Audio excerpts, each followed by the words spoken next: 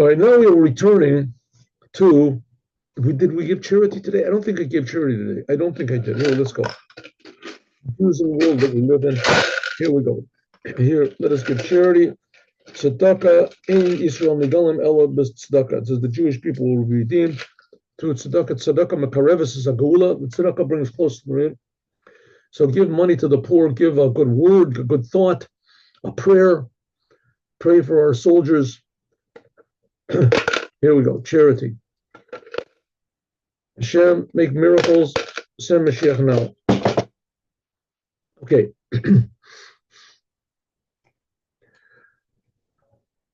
Which, by the way, the world, I mean, there's amazing changes going on in the world.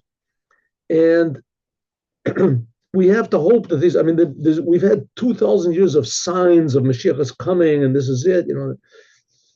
So I mean, it's wonderful. There's people who interpret it, and this is Syria, and we're going to take over Damascus, and et cetera, et cetera. But listen to all these people. They have signs and things and like that.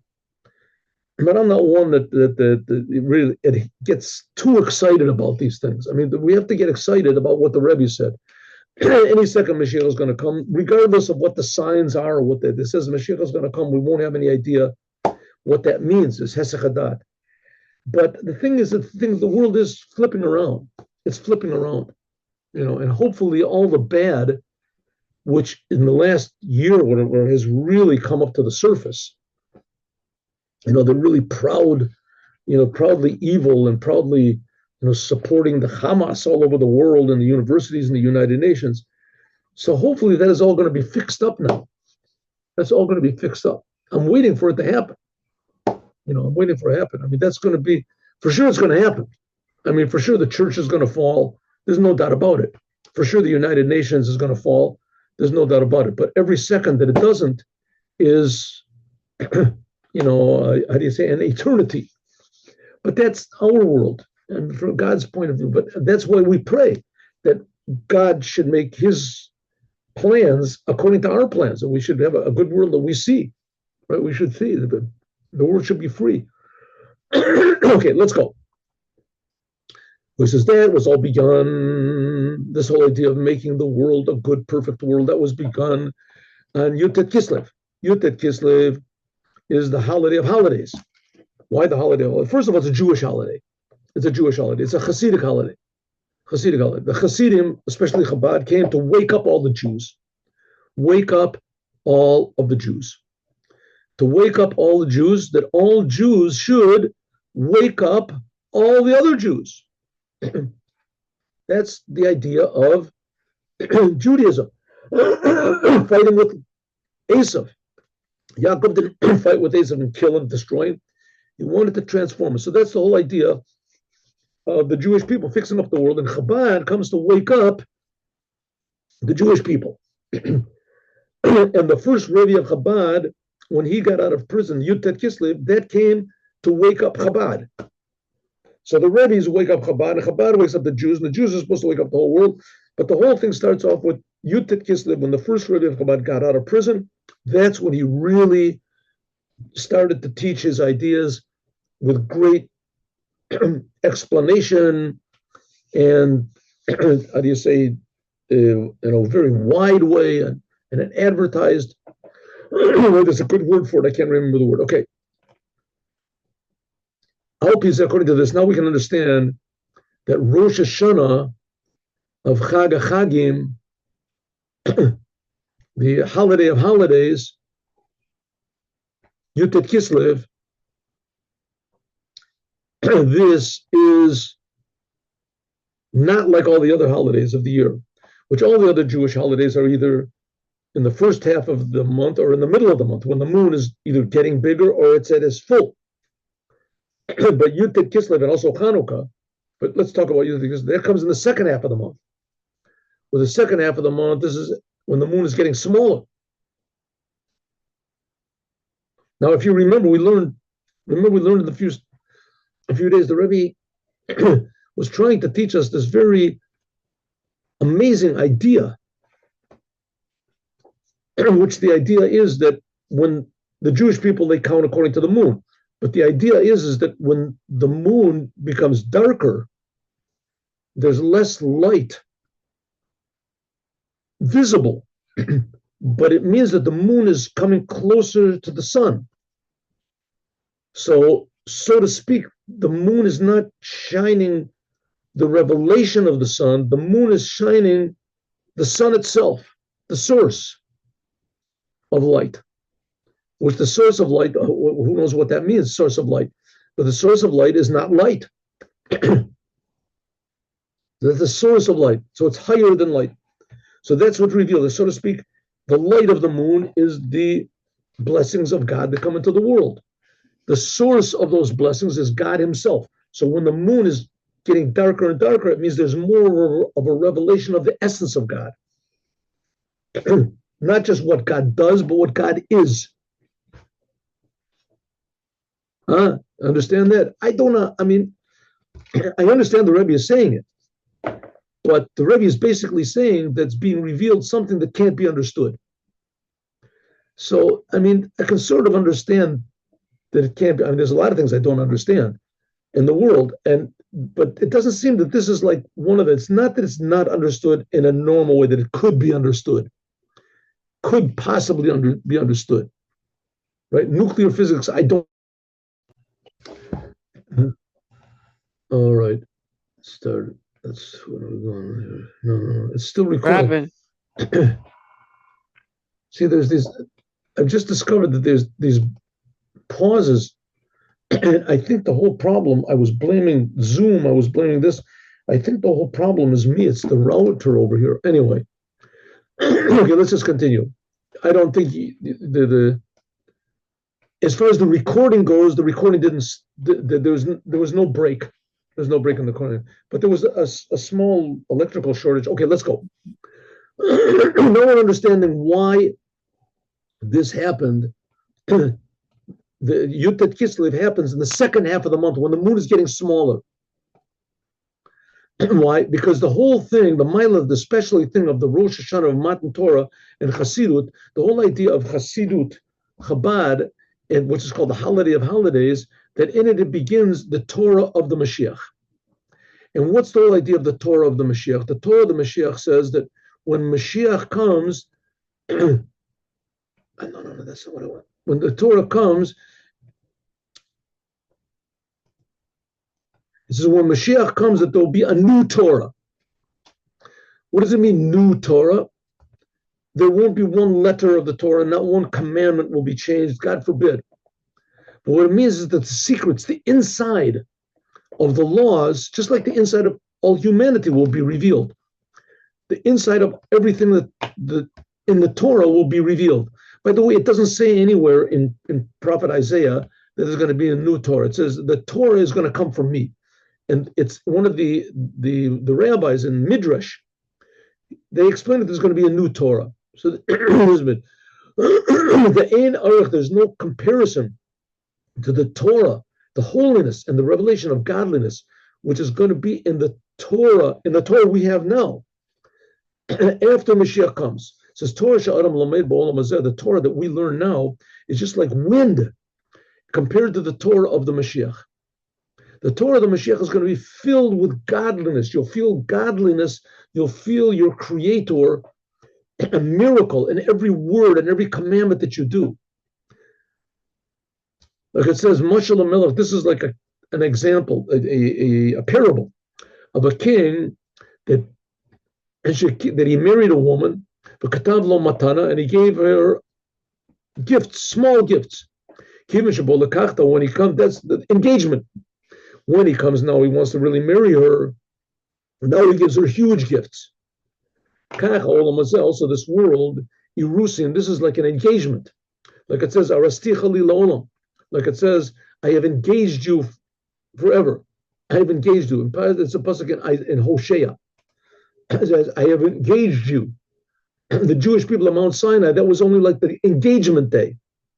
Or if you want to say it was the marriage day, but God did not consummate the wedding. He didn't fulfill, unify totally with the Jewish people until Mashiach comes. So it's like a man, he gets engaged to a woman and he gives her a prize, a nice bicycle, He gives her a little, whatever it is, a watch that costs $50. It's got a picture of Donald Duck on it or something like that, and she really likes it, very nice. And he gives her a new a hat, a shoe, and says, okay, these are very nice things, right? And the woman didn't have anything. She is finally, somebody cares about her. And says, okay, now we're going to get married. Let's move into the house. And it's this massive palace, and with servants, and they're all happy to see her. And she never expected a thing like that. Right? She was taken from the streets. Who knows what it is? That's the same thing with the Jewish people. The Jewish people were taken out of Egypt. They had absolutely nothing. And God gave them the Torah. Oh, this is very nice. I never had anything before. In Egypt, I was a slave. Now you get a nice watch. There's a picture of Donald Duck on it, and you have a new couple of shoes. Wow, this is amazing. It's absolutely nothing compared to what it's going to be when Moshiach comes. It says, and when God, first of all, picked the Jews, he only gave them the moon to count by. Like it says, before the Jews left Egypt, so God gave them the moon to count by. When the Mashiach arrives, so that's going to be the marriage of the Jewish people with God. Like it says, when God actually consummates the wedding, that's really making you his wife. Then God gives them everything. Like it says, Hamaskilim Yazhiru Kazor Arakia. It says those who understand will shine like the shine of the heavens. They will merit, the merit of the multitudes will be like the stars, which I think every star is like 1,000 times as big as the sun. Who knows? That the true unity of God with the Jewish people, they'll be one. And if you remember, we talked this a couple of days ago, that every Jew is God. This is totally incomprehensible to say a thing like that, but that's the fact. This will be in the days of the Mashiach. Then there will come the goal of Haya Ora Levanaka Ora Chama. It says the light of the moon will be like the light of the sun. The Jewish people, they won't just be like the moon, which receives from the sun. It says God only gave them the moon, that was at Mount Sinai, but they will become they'll be like the sun itself. They will be the source of light. Because it will be revealed that the Jews and God are totally one. We can say that this is also hinted at one Rosh Hashanah and Matan Torah of Chassidut. The Rosh Hashanah, the first day of the Hasidic year, so to speak, and of Chassidut, the beginning of the revelation of the marriage in the days of the Mashiach. This is after the moon is filled, that in this is hinted at the completion of the moon. After it receives the light from the sun, then the moon will become not just full moon, receiving from the sun, but the moon will be a source of light itself, that it will come close to the moon. The moon will unite with the sun and become one totally, like the dark moon. When it's united with the sun, then the light of the moon will be like the light of the sun. So the sun, now we're talking about, is God. I mean, look, when you think about it, so what do we care? So the nighttime will be light also. So, what's the big deal? That's what we're waiting for Moshiach, that we will save money on electricity. You won't have to... we're talking about the sun. We're talking about godliness. The physical sun in the sky, that's only just a living metaphor for a big source of light that there is, a source of spiritual light, of existence light. That's God. And the moon, that represents the world and the Jews in the world. We're shining up the world with the reflection that we get from God. In the future, it won't be that. In the future, somehow or other, don't ask me how it's going to be, but it says in the Bible that we're the sons of God. In the future, we'll see, right? The Jewish people, every Jew, will realize that he's a representative of God. He is, so to speak, God himself. God himself. And even more detailed. The kafiyat, this is on Yom Shlishi. This is, okay, this year it doesn't come on Yom Shlishi. This year it comes on, Yutet Kislev is on Friday, so Thursday night. So let us maybe skip over this. Okay. Should we skip it? No. Okay. This was when the Rebbe spoke this way. What happened to be that it fell on Tuesday, which Tuesday is the third day of the week. So it says when Yutet Kislev fell on Tuesday of the week. So this, true, it's not that way this year, but this has been accomplished already, and it's eternal in the Rebbe, that in the Shabbat has been blessed. That okay, no, all these dates. We're going to have to fix up the dates to relevant to the dates now. So let's skip this when the Rebbe was saying we can attach this now with the parsha of the week, more relevant. I mean, this is also relevant, but it's relevant. We would have to translate the dates to the Yates Lukasha. We can attach this, connect this with the parsha of the week, the parsha of Erev Shabbat and Yom Shabbat, namely Vayishlach. That's this week's Torah portion is Vayishlach. That's what we learned about. By the way, I hope everybody who's watching this does chitat. You know what chitat is? I think there's also a lot of non-Jews that watch these classes, but I think it's relevant for everybody to do chitat. Chitat. What is chitat? Chitat. It's a very essential thing. The Rebbe wanted everyone to do chitat. What is chitat? Chitat is chet, chumash, taf, tehillim, taf, tanya, chitat. Chumash means the Torah portion of the week with Rashi, with Rashi's explanation. Tehillim is Psalms. The Psalms are divided, there's 150 Psalms. They're divided up into days of the month. A certain portion for the first day, second day, to do the portion of the month. Today is the 10th day of the month. Look in Psalms, do the 10th. You can do it in English. You want to do it in English. You can do the Torah portion also. As understood, it's better to do in Hebrew, but if you don't understand Hebrew, then do the whole thing in English. And the third one is the Tanya. And the Tanya you can also do in English. The Tanya is also divided into 365 days of the year, each day. So each day has a little portion of the Torah, of the Psalms, and of this of Chitat. Everyone should try to do Chitat. In any case, if you do this, then you know what Torah portion we're in now. And we're in Torah portion, which is called Vayishlach. And Vayishlach, that's what we discussed in the morning, in the previous class. And that's when Yaakov is meeting up with his brother Esav, right? Esav. And that's also the Parsha Vayisha.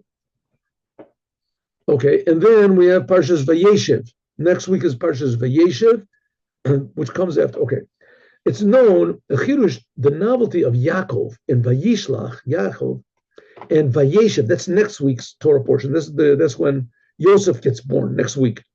Next week. All of them, in all of these three, the star is Yaakov. Yaakov. Last week's Torah portion, which was Parshas Vayetze, Yaakov ran away. He ran away from his brother. Vayetze Yaakov Beersheva. He went to Haran. Ran away from Esav. He went to Lavan. He brought up his whole family, Lavan. And he gave birth to all the tribes. That was last week. This week, he has all the tribes and all his children, and he meets up with Esav. Esav. Next week he's finished with Esav. He met up with him, and then Yosef gets taken down to Egypt. Yosef, okay. But it's all centering around Yaakov. Yaakov is suffering because Yosef is in Egypt. Yaakov is already there, right? In last week's Torah portion, he was the main character. And this week's Torah portion, he's certainly the main character. Next week's Torah portion, Yosef sort of takes the main stage, but Yaakov is always in the background. Yaakov is the main thing. Okay, so what's the difference between this week and next week's Torah portion compared to last week when Yaakov was just going out of his house and with Lavan? This is Lavan, okay? Last week it's talking about how Yaakov was with Lavan. Vayetze Yaakov, and before that, Toldot, the portion before that, which the Yeah, okay. Shaparshas Vayishlach and Vayeshev, that's talking about finishing the service of Birurim. This week's Torah portion and next week's Torah portion is talking about Yaakov finishing up. He's already finished with Lavan last week, but now he finishes Esav this week. If Yaakov finished his job, so to speak, in the world, whether he already refined Lavan and also Esav. Right? This week is finished. And Yaakov is prepared for the days of the Moshiach. He's prepared, he fixed up Lavan and fixed up Esav. Therefore, Yaakov sent these messengers before him to Esav, and he said, I finished my work. Because all of the levels have already been refined, and now has come the time that we can go together to the future redemption. That's this week's Torah portion. Aval Adoni Seira, like it'll be in the days of the Moshiach.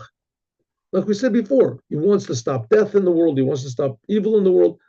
Yaakov has refined Esav, right? Well, sort of. He did everything that he could, and now from Yaakov's point of view, he's ready for the future redemption. That's the Parshat Vayishlach. Ve'ilu, like it says, Ve'olam Moshim Mahar Tzion, Nishpotes Harisah V'Yisrael Hashem Hamalucha. It says that the saved ones will go from the Jews, and they'll judge the mountain of Esav, and God will be the ruler, right? God will be the ruler. This is in Ovadia. The prophet Ovadia says this. Ovadia says. Okay, that's this week. Yaakov has finished refining the world. He finished his work with Lavan and Esav. Next week's Torah portion, Vayeshev Yaakov, as Yaakov wants to say, okay, I already finished. He wants to take a rest. Learn Torah. Yeshev B'Shalva Poel means Kafetz Alav Rog Zosh Yosef. All of a sudden comes this whole story about Yosef gets taken into prison. He gets sent into Egypt. 1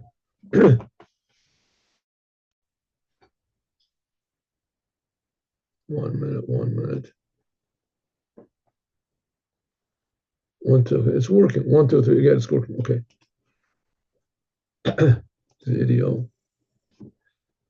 Yeshev Yaakov. And then again, Yaakov gets out, right? Yosef brings him down to Egypt. And Yaakov again wants to sit and be quiet. He wants to take a rest. Va'ad dezaman kiyum yud until it says v'shalva emitit until the days of the Moshiach. So what happened next week? Torah portion. Yaakov is finished with Esav. He's finished with Lavan. He wants to be quiet. He wants to take a rest. All of a sudden, the whole story with Yosef, his brothers want to kill him. They send him down to Egypt. Okay, then after that, Yosef becomes a king in Egypt, and he invites Yaakov to come down with him. And again, he wants to sit and be quiet. He wants to take a rest. Then will be Shlemus. Says, when is he going to finally take this rest? And this only in the days of the Moshiach. Kafisha Mavoer, more like the second Rebbe of Chabad. Today is the day he got out of prison. That's Pada B'Shalom Nafshi will only be in the days of the Moshiach. The days of the Moshiach says that's when there won't be any more difficulties. We'll be able to serve God, and everyone will want to serve God in a happy, productive way. And everything we do, right? You work in your business, you're serving God. Everything you do is serving God. In a way that'll be higher even than it was in the time of King David and Solomon. King David and King Solomon, right? The time of the first temple. That's when Moshiach is going to build a third temple. So it would be much easier. Then Yaakov is going to rest. The difference between how it was when he was working in the house of Lavan and fighting against Esav, and the way it's going to be in the future is something like the difference between the moon, how it receives from the sun, and the moon after it receives, when the moon becomes an illuminator itself. Jacob is compared to the moon. He's what's called the small light. He's the small light. Esav was the big son, and Yaakov was the small one. Yaakov is called Katan. Like it says, Mi yakum Yaakov ki Katanu. Who will stand up Jacob because he is small? It's a sentence in the psalm in the prophet Amos. The prophet Amos. And therefore, Hakatan Mona Lakatan. Therefore, the small one, namely the Jewish people, that's Yaakov, they count according to the small one, the moon. According to what is known, that and when God created the world, on the fourth day, it says the moon and the sun were equal, and God made the moon less. Because it says the moon complained. The moon wanted to be bigger than the sun, so he said we didn't want to be equal, so God said, okay, it won't be equal, you'll be less. Go and make yourself less. That you're going to be the small light, the moon. This is because Shavira Takelim, because what we said before, the breaking of the vessels of Tohu, that fell down these sparks below. What happened? When the moon became less, it indicated that nighttime is going to be a time when there's no godliness. So there's going to be a division between godliness and not godliness. And the moon is supposed to light up the godly, the not godly situation, but only a little bit. That's the Jewish people. In fact, sometimes the darkness even conquers the moon, so to speak.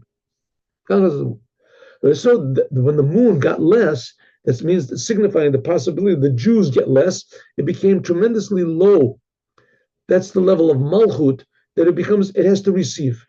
Like a poor person. The Jewish people are poor. They have to receive. They read Labia, the Bria Tzir and Yesiyah, in order to elevate these sparks of Tohu. The Jewish people have to work. They have to work in the world and they have to earn everything they get. So it comes out that the fact that there is such a thing of the moon, which has to receive from the sun, this is the whole idea of refining the world. We're in a world that's broken, a world that's dark. The moon is not shining like the sun. So we have to work in the world in order to fix up the darkness and get rid of it. But when we finish refining the world and getting rid of the darkness that's in the world, then the moon won't have to receive anymore. But the moon will be like the sun. Or a simple way of speaking, the Jewish people won't have to bring godliness to the world, and that there'll be, so to speak, three separate things. There's the world, there's God, and there's the Jews in between. It'll be the Jews and God will be one, and then through them it'll reveal that the whole world is one with God. There's nothing except for God. And that's the whole idea which is hinted at by Yishlach, this week's Torah portion, that Yaakov sent these messages before him. What does it mean before him? Higher than him. Yaakov, his source comes from the world of Tikkun.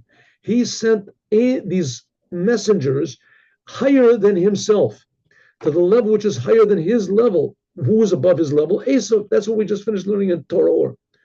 That his source comes from the world of Tohu, which, because connection to Yaakov is Esav was refined and will return back to his source. That's what Yaakov wanted, that they should be brothers again. And really, Esav's source is higher than Yaakov's, but Yaakov is the only one that can make Esav come back to his senses in order to draw down the surrounding level of Tohu to him below the Tikkun, which is the inner light. That's the inner light. I think this is a very popular thing nowadays. They have nowadays this thing called coaching. Coacher comes along and a person says, listen, I'm depressed, I can't do it. And the coacher says, no, you can do it. What do you want to do? I want to be a concert pianist, but I can't do it. So he encourages him, and the guy becomes the greatest concert pianist in the world, right? So the coach himself, he can't be, he's not a pianist, he doesn't know anything about piano, but he can encourage him to get to his source. The same thing with Yaakov and Esav.